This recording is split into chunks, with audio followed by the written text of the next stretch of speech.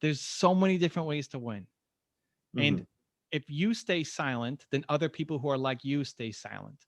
But as soon as you come out and say, here's my story and here's how I see the world, all the people who feel the same way can look at you to say, oh, that there's a path. Like if he's doing it, maybe there's hope for me too.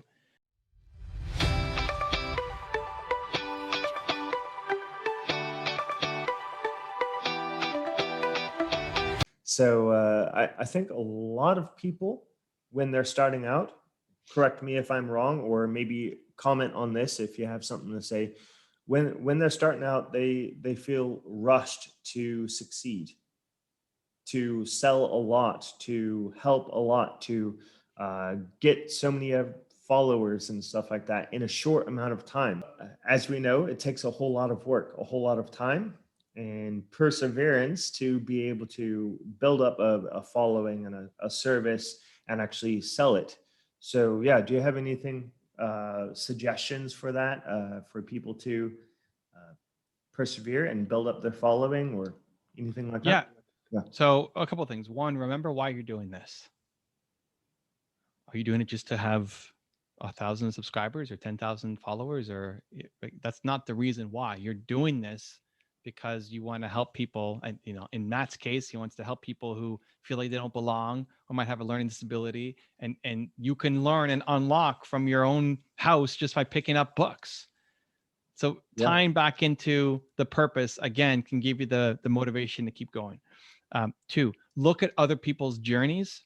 It's why I posted my whole journey of showing, hey, in year one I had 25 subscribers, and then in year two I had 72, and in year three, or whatever the numbers are, but they're all embarrassingly low, but they're all there. It's like, hey, it took Evan 5 years to even just crack 5 digits, or Mhm. 6 years. That's He just kept going. So it's okay. I need to keep going too, and hopefully I can do it faster than 6 years.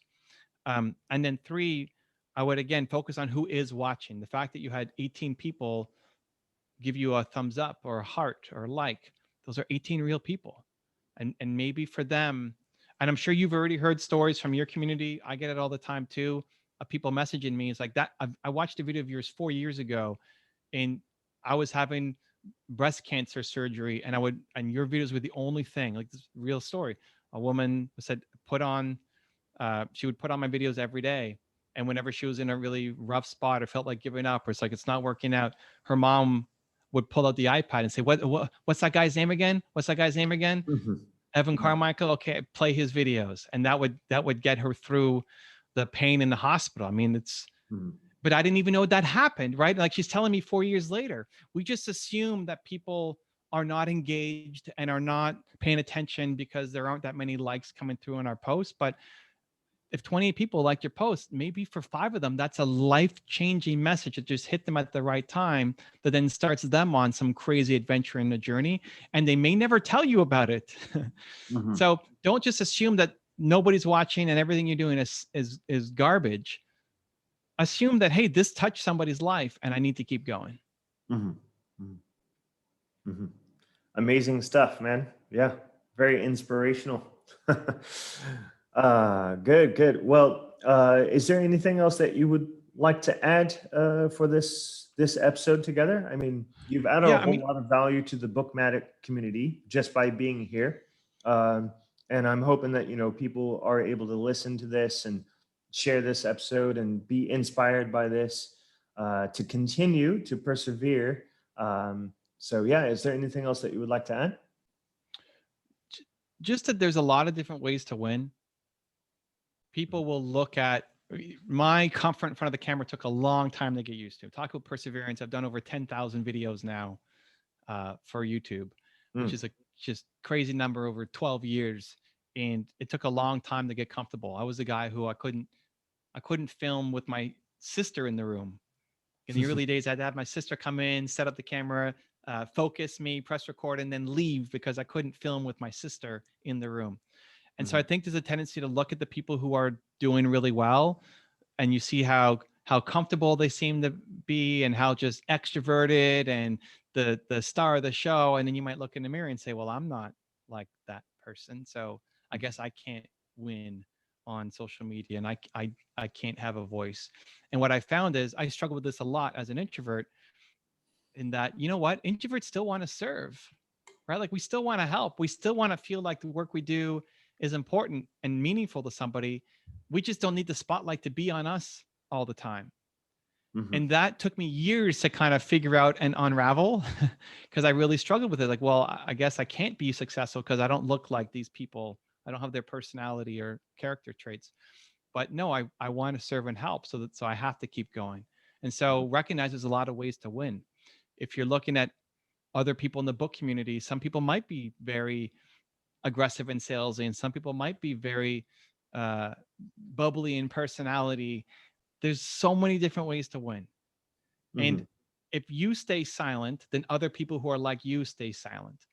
But as soon as you come out and say, here's my story and here's how I see the world, all the people who feel the same way can look at you to say, oh, that there's a path. Like if he's Mhm. doing it, maybe there's hope for me too. Mhm. And so there's lots of different ways to win. You don't have to go look like somebody else. In fact, if you try that, you'll just be a junior version of somebody else.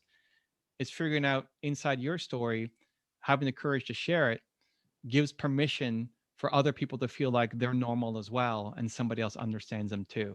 Mhm. So, I'm deeply passionate about having people share their story, and so glad that you shared yours. I don't know if you've talked about that in the past on other videos and stuff, but it's awesome. If somebody who's watching this who also has ADHD and also feels like they can't learn and they don't belong, now they feel just a little bit more normal and Yeah. okay because you Yeah. had the courage to share that. And I think that's the same thing for everybody watching.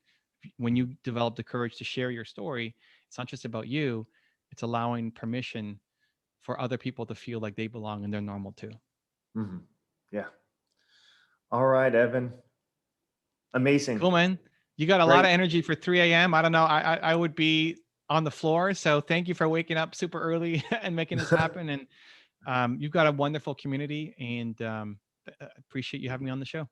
Yeah, thank you so much, everyone. Make sure you get yourself a copy of Evan's book and reach out to him or me anytime. And thank you so And much check out the for, 6 principles. yeah, 6 Principles of Lifelong Learning at bookmattic.com. Thanks, Yeah. Matt. All right. Thank you so much. Thanks for watching, everyone. Make sure to like, comment, and subscribe for more videos like these. Also follow my other social media accounts such as Instagram, Facebook, and Twitter for more valuable content. Thank you for watching again, and I will see you guys next time.